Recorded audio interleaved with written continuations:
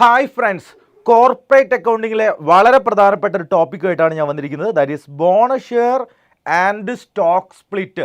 എല്ലാ കുട്ടികൾക്കും കൺഫ്യൂഷൻ വരുന്ന ഒരു ടോപ്പിക്കാണ് ബോണസ് ഷെയർ അതുപോലെ സ്റ്റോക്ക് സ്പ്ലിറ്റ് എന്ന് പറയുന്ന കോൺസെപ്റ്റ്. ബിക്കോസ് നമുക്കറിയാം, ആസ് എൻ ഇൻവെസ്റ്റർ അല്ലെങ്കിൽ ഷെയർ ഹോൾഡർ നമ്മൾ പതിവായി യൂസ് ചെയ്യുന്ന രണ്ട് ടേമാണ് സ്റ്റോക്ക് സ്പ്ലിറ്റ് അല്ലെങ്കിൽ ബോണസ് ഷെയർ. അല്ലേ, ഷെയർ ഹോൾഡേഴ്സിന് ബോണസ് ഷെയർ കിട്ടിയിട്ടുണ്ടോ അല്ലെങ്കിൽ ഷെയർസിൻ്റെ മുകളിൽ സ്റ്റോക്ക് സ്പ്ലിറ്റ് സംഭവിച്ചിട്ടുണ്ടോ എന്ന് ഓരോ ഇൻവെസ്റ്റേഴ്സും എന്ത് ചെയ്യാറുണ്ട്, അവെയർ ആവാറുണ്ട്. So first of all we need to explain the concept behind this bonus share and stock split. So ഞാൻ ആദ്യം പറയാൻ വേണ്ടി പോകുന്നത് ബോണസ് ഷെയർ എന്താണെന്ന്. സോ ഒരു കമ്പനി അതിൻ്റെ ഇൻവെസ്റ്റേഴ്സിന് അല്ലെങ്കിൽ ഷെയർ ഹോൾഡേഴ്സിന് എന്ത് ചെയ്യും, ഫ്രീ ആയിട്ട് എന്ത് ചെയ്യും, ഷെയർസ് കൊടുക്കും. എങ്ങനെ കൊടുക്കും? ഫ്രീ ആയിട്ട് ഷെയർസ് പ്രൊവൈഡ് ചെയ്യും. ആർക്ക്? To the existing shareholders. Free ആയിട്ട് എന്ന് പറഞ്ഞു കഴിഞ്ഞാൽ നമുക്കറിയാം, there is no inflow to the കമ്പനിയിലേക്ക് ഒരു രൂപ പോലും ഇൻഫ്ലോ വരില്ല. അപ്പോൾ നിങ്ങൾ ചോദിക്കും, ഈ പരിപാടി കമ്പനിയെ സംബന്ധിച്ചിടത്തോളം നഷ്ടമല്ലേ എന്ന് വിചാരിക്കും. ഒരിക്കലും അല്ലേടാ. ബിക്കോസ് ഇവിടെ വരച്ച് വെച്ചിരിക്കുന്ന ബാലൻസ് ഷീറ്റിനകത്ത്, കമ്പനിയുടെ ബാലൻസ് ഷീറ്റിനകത്ത് ഇവിടെ റിസർവ്സ് ആൻഡ് സർപ്ലസ് എന്ന് പറയുന്ന ഒരു ഐറ്റം ഉണ്ട്, അല്ലേ? അല്ലെങ്കിൽ റീറ്റെയിൻഡ് ഏർണിങ്സ് എന്ന് പറയുന്ന അക്യുമുലേറ്റഡ് പ്രോഫിറ്റ് ഇങ്ങനെ കുന്നുകൂടി നിൽക്കുന്ന, അതുപോലെ നമ്മളെ സംബന്ധിച്ചിടത്തോളം റിസർവിലേക്ക് മാറ്റി വെച്ചിട്ടുണ്ടെങ്കിൽ അതിൻ്റെ എമൗണ്ട്. സോ ടോട്ടൽ ഒരു ബിഗ് എമൗണ്ട് ഉണ്ടെങ്കിൽ company cannot directly access in to this particular account. ഈ അക്കൗണ്ടിലേക്ക് ഡയറക്റ്റ് ആയിട്ട് ആക്സസ് ചെയ്യാൻ വേണ്ടി കഴിയില്ല. ബട്ട് ആ എമൗണ്ട് എക്സ്പ്ലോർ ചെയ്യണമെങ്കിൽ, കമ്പനിക്ക് യൂസ് ചെയ്യണമെങ്കിൽ കമ്പനി എന്ത് ചെയ്യണം? ബോണസ് ഷെയർ ഇഷ്യൂ ചെയ്തിട്ട് ആർക്ക് ഇഷ്യൂ ചെയ്യടാ? കമ്പനി ആർക്ക് ഇഷ്യൂ ചെയ്യും? കമ്പനി ഷെയർ ഹോൾഡേഴ്സിന് എന്ത് ഇഷ്യൂ ചെയ്യും? Bonus share. Bonus shares issue ചെയ്യും. For example 1 CR bonus share issue ചെയ്തിട്ടുണ്ടെങ്കിൽ ഷെയർ ഹോൾഡേഴ്സ് എന്ത് ചെയ്യേണ്ട ആവശ്യമില്ല, 1 CR കമ്പനിക്ക് കൊടുക്കേണ്ട ആവശ്യമില്ല. പകരം കമ്പനി എന്ത് ചെയ്യും? ഇതാ നമ്മുടെ ബാലൻസ് ഷീറ്റിൽ വന്നിട്ട് ഈ റിസർവ്സ് ആൻഡ് സർപ്ലസ് ഇങ്ങോട്ട് എടുക്കും. It will make use. അതിനെ ഉപയോഗപ്പെടുത്തും. ആര്? കമ്പനി ഉപയോഗപ്പെടുത്തും. സോ ഷെയർ ഹോൾഡറെ സംബന്ധിച്ചിടത്തോളം പേയ്മെൻറ്റ് നടത്തിയിട്ടുണ്ടോ എന്ന് വെച്ച് കഴിഞ്ഞാൽ ഡയറക്റ്റ്ലി നടത്തിയിട്ടില്ല. അവർക്ക് ഫ്രീ ആയിട്ട് കുറേ ഷെയർ കിട്ടി. ആക്ച്വലി ഇത് ഫ്രീ ആണോ? ഒരിക്കലും അല്ല. നമ്മുടെ എമൗണ്ട് എവിടെയുണ്ട്? ബാലൻസ് ഷീറ്റിനകത്തുണ്ടായിരുന്നു. അത് ആരെടുത്തിട്ടുണ്ട്? കമ്പനി എടുത്തിട്ടുണ്ട്, അല്ലേ? സോ ഫോർ എക്സാമ്പിൾ എനിക്ക് ബാങ്ക് അക്കൗണ്ടിൽ 1 lakh rupees ഉണ്ട്. അപ്പോൾ ബാങ്ക് എന്ത് ചെയ്യാണ്? എനിക്കൊരു ദിവസം ഒരു ജീൻസും ടീഷർട്ടും വാങ്ങിക്കൊണ്ടു 2000 രൂപയുടെ. എവിടുന്ന് എടുത്താണ്? എൻ്റെ ബാങ്ക് ബാലൻസ്. സോ അതെനിക്ക് ഫ്രീ ആണെന്ന് പറയാനൊന്നും കഴിയില്ല. ബട്ട് നോർമലി നമ്മൾ അതിനെ ട്രീറ്റ് ചെയ്യുന്നത് ഫ്രീ ഷെയർസ് എന്നാണ്. So hope you got the concept of bonus share.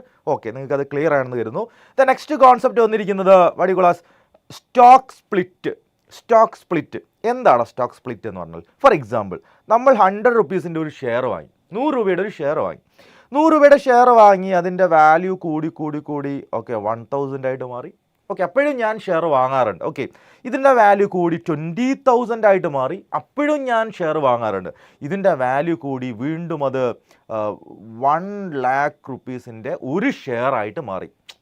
Means ഒരു നോർമൽ പീപ്പിളിന് ആ ഒരു ഷെയർ വാങ്ങിക്കാൻ വേണ്ടി പറ്റുമോ? ഇല്ല. 1 lakh rupees ആണ് അതിൻ്റെ ഷെയറിൻ്റെ വാല്യൂ എന്ന് പറയുന്നത്. 1 lakh rupees for getting 1 share. So എല്ലാ ആളുകൾക്കും ഇൻവെസ്റ്റ്മെൻറ്റിൽ പങ്കെടുക്കാൻ വേണ്ടി, എല്ലാ ആളുകളും, ചെറിയ എമൗണ്ട് ഉള്ള ആളുകൾക്ക് പോലും പാർട്ടിസിപ്പേറ്റ് ചെയ്യാൻ വേണ്ടി ചിലപ്പോൾ ഹൈ പ്രൈസ്ഡ് ഷെയർ വാല്യൂവിന് എന്ത് ചെയ്യും? ഡിഡക്റ്റ് ചെയ്യാറുണ്ട്, റെഡ്യൂസ് ചെയ്യും. എന്ന് പറഞ്ഞാൽ എന്താ? 1 lakh ഷെയറുകൾ എൻ്റെ കയ്യിലിപ്പം 1 lakh ഒരു ഷെയർ ഉണ്ടെന്ന് വിചാരിക്കുക. ഒരു ഷെയർ ഉണ്ട്, 1 share of at the rate of 1 lakh. ഇപ്പോൾ company decided to split the stock. Stock split ചെയ്യാൻ തീരുമാനിച്ചു.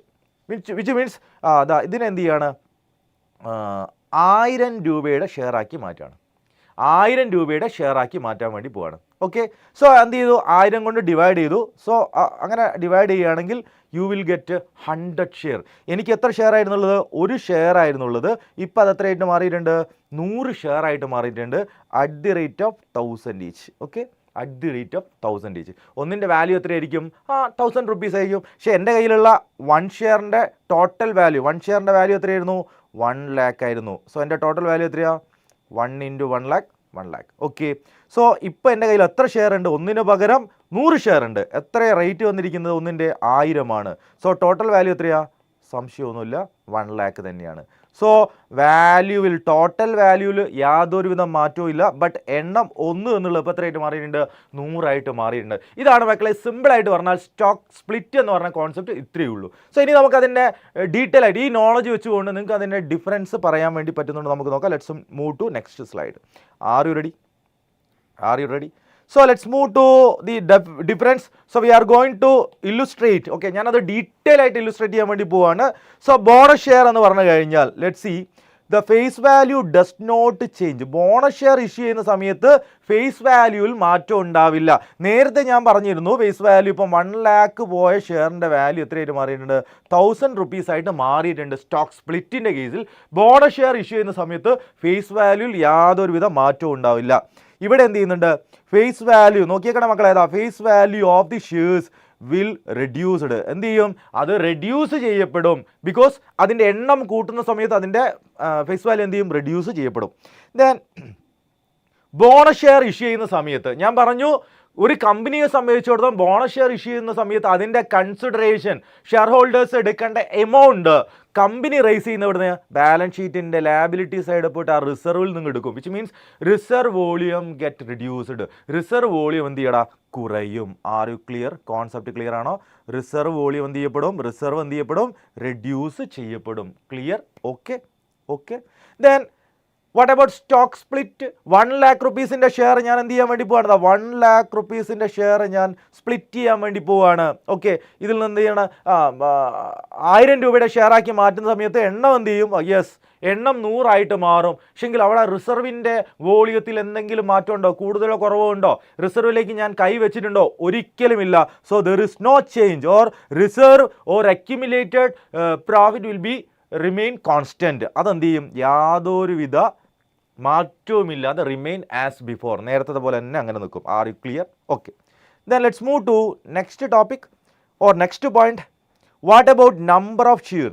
ബോണസ് ഷെയർ ഇഷ്യൂ ചെയ്യുന്ന സമയത്ത് മാർക്കറ്റിൽ ഓൾറെഡി 1000 ഷെയർ ആണുള്ളത് കരുതുക. ഓക്കെ, അപ്പോൾ നമ്മൾ എന്ത് തീരുമാനിച്ചു? Company decided to give 10% bonus share. Okay, 10 എണ്ണം ഉണ്ടെങ്കിൽ ഒരു ബോണസ് ഷെയർ ഇഷ്യൂ ചെയ്യും. നിങ്ങളുടെ കയ്യിൽ ടോട്ടൽ മാർക്കറ്റിൽ എത്രയുള്ളത്? 1000 ഷെയർസ് ആണുള്ളത്. അപ്പോൾ അതിൻ്റെ 10% എന്ന് പറഞ്ഞാൽ എത്ര വരും? 100 ഷെയർ കൂടെ ഇഷ്യൂ ചെയ്യും. ടോട്ടൽ ഷെയർ എത്ര വന്നു? ഇതാ 1000ഉം 100ഉം 1100. സോ ടോട്ടൽ ഷെയർ എന്ത് ചെയ്യപ്പെടുന്നുണ്ട്? ഇൻക്രീസ് ചെയ്യപ്പെടുന്നുണ്ട്. R you clear? Number of shares will get increase. R you clear? Okay. So what about paid up capital? Paid up capital increase ചെയ്യും. അപ്പോൾ നിങ്ങൾ സാർ എങ്ങനെയാണ് പെയ്ഡ് അപ്പ് ക്യാപിറ്റൽ ഇൻക്രീസ് ചെയ്യുന്നത്? Because നമ്മൾ share ഹോൾഡേഴ്സിൻ്റെ കയ്യിൽ നിന്ന് fund എടുത്തിട്ടില്ലല്ലോ. എന്നിരുന്നാലും ഞാൻ ഓൾറെഡി പറഞ്ഞിട്ടുണ്ട് അതിന് പകരം റിസർവ് നമ്മൾ എമൗണ്ട് എടുക്കുന്നുണ്ട്. Therefore paid up capital get increased. R you clear? Okay. Next, in case of stock split number of shares will definitely get increased. Okay, എന്ന് പറഞ്ഞാൽ ഒരു ഷെയറിൻ്റെ വില 1000 രൂപയായിട്ടുണ്ട്. നമ്മൾ ഇതിനെ സ്പ്ലിറ്റ് ചെയ്യാൻ തീരുമാനിച്ചു, 10 ഷെയർ ആക്കാൻ തീരുമാനിച്ചു. എത്ര ഷെയർ? അപ്പം 100 രൂപയുടെ 10 ഷെയർ ഉണ്ടാവും. അപ്പോൾ എണ്ണം കൂടൂലേ? ഉറപ്പായിട്ട് എണ്ണം കൂടും. Are you clear? So number of shares increase ചെയ്യും. But no change in paid up capital. No change in paid up capital. 1 ലക്ഷം രൂപയുടെ ഒരു share, paid up capital 1 lakh rupees ആണ്. 1000 രൂപയുടെ 100 ഷെയർ ആക്കി മാറ്റുന്നു. Total paid up capital 1 lakh തന്നെയാണ്. യാതൊരുവിധ മാറ്റവും ഉണ്ട്. R you clear? The next ഒരു കോണ്ടെക്സ്റ്റ് എന്ന് പറയുന്നത് എവിടെയാണ് നമ്മൾ സ്റ്റോക്ക് സ്പ്ലിറ്റ് നടത്തുന്നത്? ഏത് സാഹചര്യത്തിലാണ് നമ്മൾ ബോണസ് ഷെയർ ഇഷ്യൂ ചെയ്യുന്നത്? So let's move to our topic. So bonus shares are issued when company has large accumulated reserve. ഇല്ലേ, കോടിക്കണക്കിന് രൂപയുടെ ഫണ്ട് ഇങ്ങനെ റിസർവ് ആയിട്ട് ഇങ്ങനെ ബാലൻസ് ഷീറ്റിൽ ഇങ്ങനെ നിൽക്കുന്ന സമയത്താണ് നോർമലി എന്ത് ഇഷ്യൂ ചെയ്യുക? ബോണസ് ഷെയർ ഇഷ്യൂ ചെയ്യുക. വേറെ സ്റ്റോക്ക് സ്പ്ലിറ്റ് നടത്തുന്നത് എപ്പോഴായിരിക്കും? ഷെയർ വാല്യൂ അങ്ങ് ടോപ്പിൽ നിൽക്കുന്ന സമയത്ത് അല്ലേ. So a share is generally split when it has a large price ആകുന്ന സമയത്ത് സ്പ്ലിറ്റ് ചെയ്തിട്ട് എന്ത് ചെയ്യാറുണ്ട്? അതിൻ്റെ വോളിയം നമ്മൾ കുറയ്ക്കാറുണ്ട്. Are you clear? ഓക്കെ. ഇതേപോലെ നിങ്ങൾക്ക് കോൺസെപ്റ്റ് മനസ്സിലാകാൻ ഏത് ടോപ്പിക്കാണോ ഞങ്ങൾ പറഞ്ഞു തരേണ്ടത് ജസ്റ്റ് കമൻറ്റ് ചെയ്യുക. So we definitely support everyone. എല്ലാ കൊമേഴ്സുകാരെയും ഞങ്ങൾ സപ്പോർട്ട് ചെയ്യും. സോ കോർപ്പറേറ്റ് അക്കൗണ്ടിങ്ങിനെ കംപ്ലീറ്റ് സപ്പോർട്ട് ചെയ്തിട്ട് ഞങ്ങൾ ഇനി ഓരോ ടീച്ചേഴ്സായിട്ട് നിങ്ങളുടെ മുന്നിലേക്ക് വരാൻ വേണ്ടി പോവാണ്. Anyway thank you so much.